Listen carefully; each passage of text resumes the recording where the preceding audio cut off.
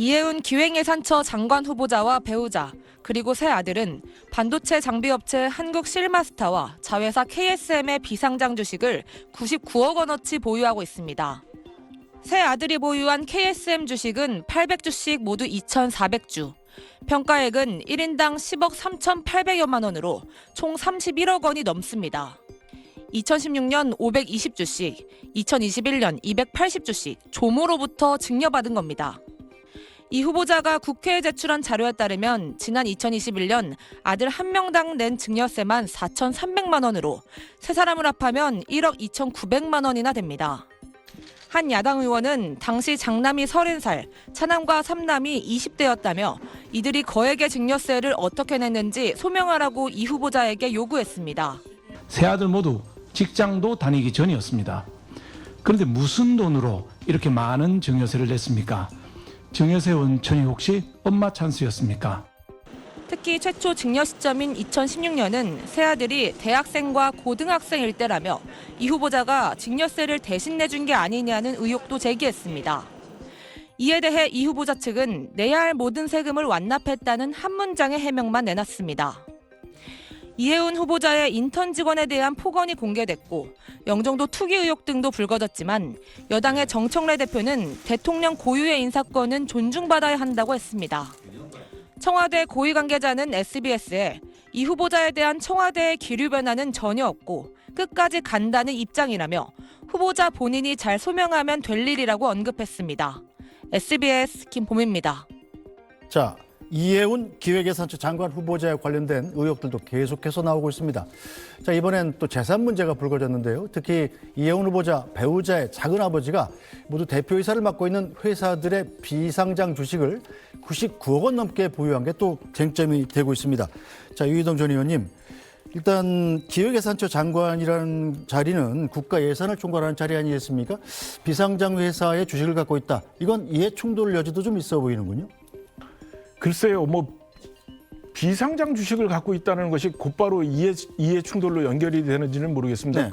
각 기업이 갖고 있는 그 기업의 특성이 어떤 건지 제가 정확하게 모르기 때문에. 반도체 장비 업체라고 그래요? 예. 그러니까 반도체 장비 업체라고 하면 사실은 기획예산처 장관의 임무가 대한민국 경제 모든 면에 걸쳐 있기 때문에 네. 사실은 실질적인 경제 활동 자체가 모든 엄밀하게 따지면 전부 다 이해충돌에 걸리는 문제고요. 네. 또 이해충돌 법안을 만들었을 때 김영란법이나 이런 이해충돌 방지법을 만들었을 때 논의됐던 주요 고려 대상이 그 부분이기도 한데 저는 그 비상장 주식을 갖고 있느냐 없느냐의 문제가 아니라 그 비상장 주식을 가지고 지금 이 재산이 이만큼 늘어났다는 부분을 해명하는 방식이 저는 조금 더 매끄럽지 못한 거 아니냐. 그리고 그것이 선제적으로 국민들에게 좀 이해를 구할 수 있을 정도의 설명이 있었으면 훨씬 더 지금보다는 매끄럽게 저 내용들이 설명될 수 있지 않았겠나 이렇게 생각합니다. 자, 이해운 후보자, 기획예산처 장관 후보자가 신고한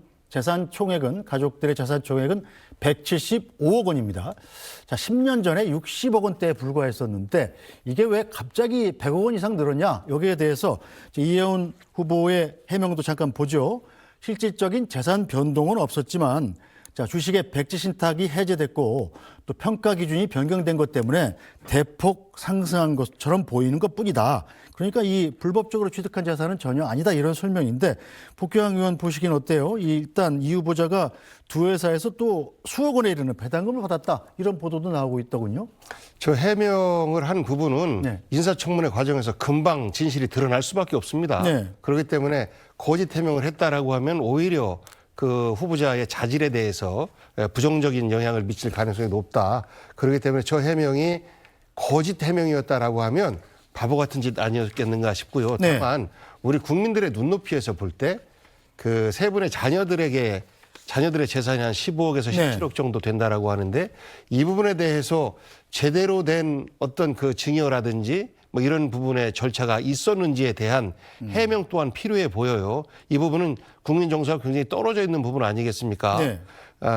그리고 좀 이혜원 후보 입장에서는 다소 억울해 보일 수 있는 것이 아까 배당이나 이런 것들은 실제 남편의 가족들과 관련된 이런 부분들이기 때문에 그런 것까지도 후보자가 모두가 다 책임을 져야 되는 것은 아니라고 봐요. 네.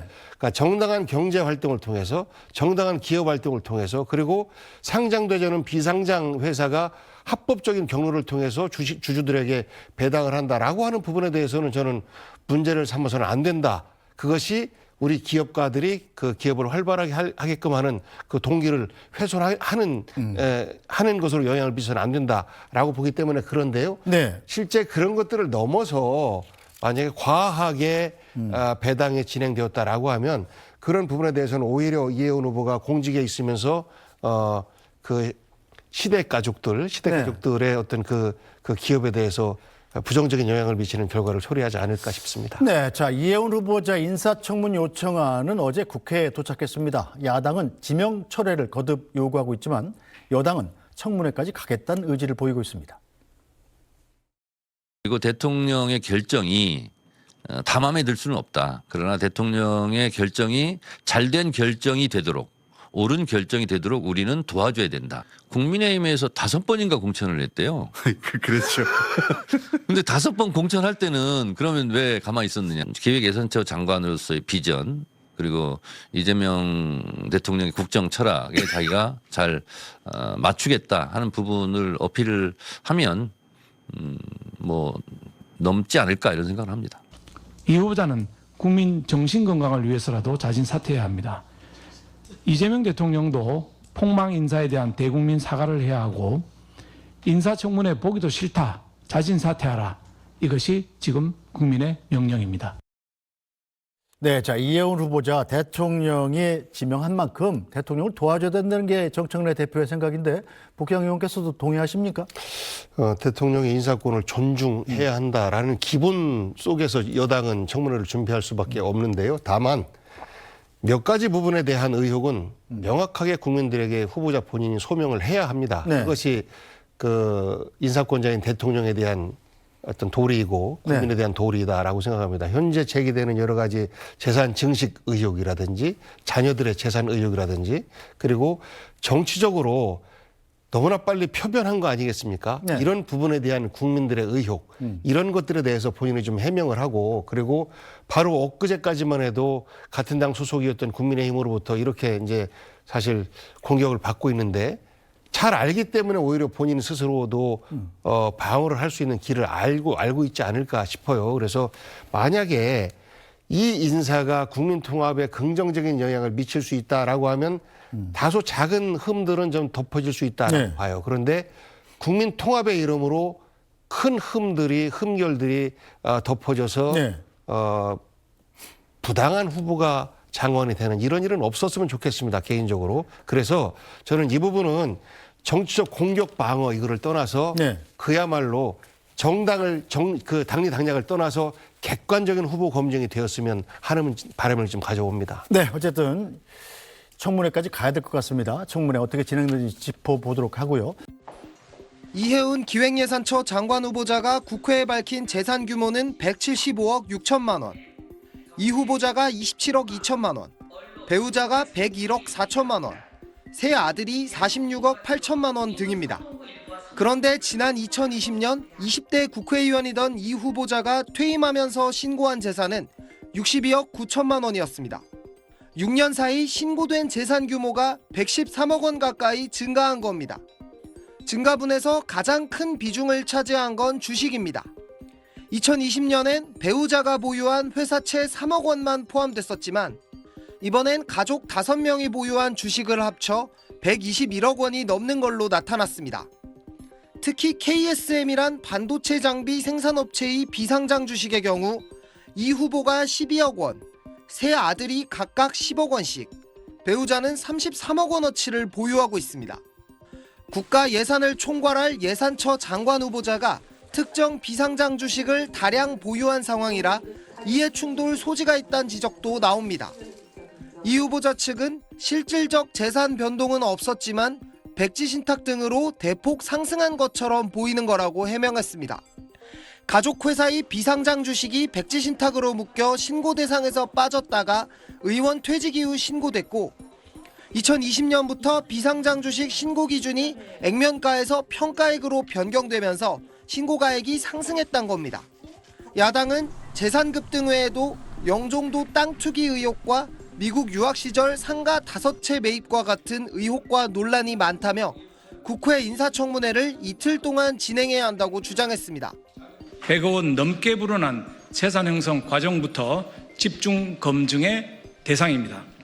주진우 의원은 이 후보자가 지난 2015년 당시 고등학생이던 셋째 아들에게 동료 의원실 인턴 기회를 얻게 해 이른바 입시 스펙을 쌓게 해줬다는 의혹도 제기했는데 이 후보자 측은 8일간 인턴으로 일하긴 했지만 청탁도 입시 활용도 없었다고 해명했습니다. SBS 김영래입니다. 보고하고 안 하는 네 맘대로 결정하니? 네가 판단하지 말라는 얘기를 내가 도대체 몇 번을 더 해야 알아듣니? 너 대한민국 말 못 알아들어? 누가 못하니?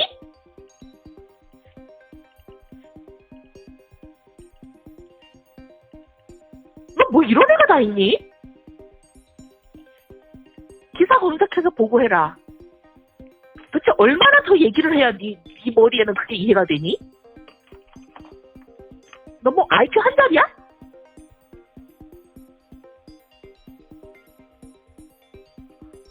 아니 도대체 몇 번을 더 얘기 알아듣니? 몇 번을?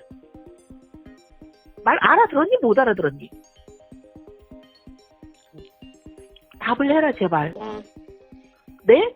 너 지난번에도 며칠 전에도 네 했잖아. 근데 이거 제가 보고를 안 드렸던 게 요즘 의원님께서 뭐 연합 같은 거 이제 처음에 보고하고 그거 그대로 받아 쓴 건 아니고 이름 기사는 보고할 필요 없는데 이게 지금 똑같은 기사니? 그냥 이름만 들어간 거는 보고 안 했어요.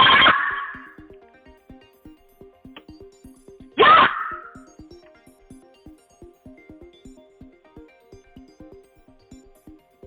내가 정말 널 죽였으면 좋겠다.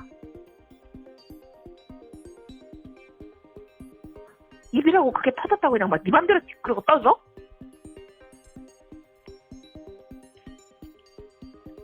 이름만 들어가고 안 들어가고가 아니라 그냥 어디 행사에 참석했다 그런 거는 상관없는데 지금 이거는 나한테 얘기하는 거잖아. 아 이제 판단하지 마. 네 머리 갖고 판단해갖고는 안 돼. 네가 무슨 그게 머리라고 판단을 하니? 네 머리 갖고 판단하면 안 되기 때문에 내가 몇 번 얘기했니? 판단하지 말라고. 정도 되면 판단한 걸 내가 맡겨. 근데 너는 보니까 판단해갖고는 안 되겠더라고.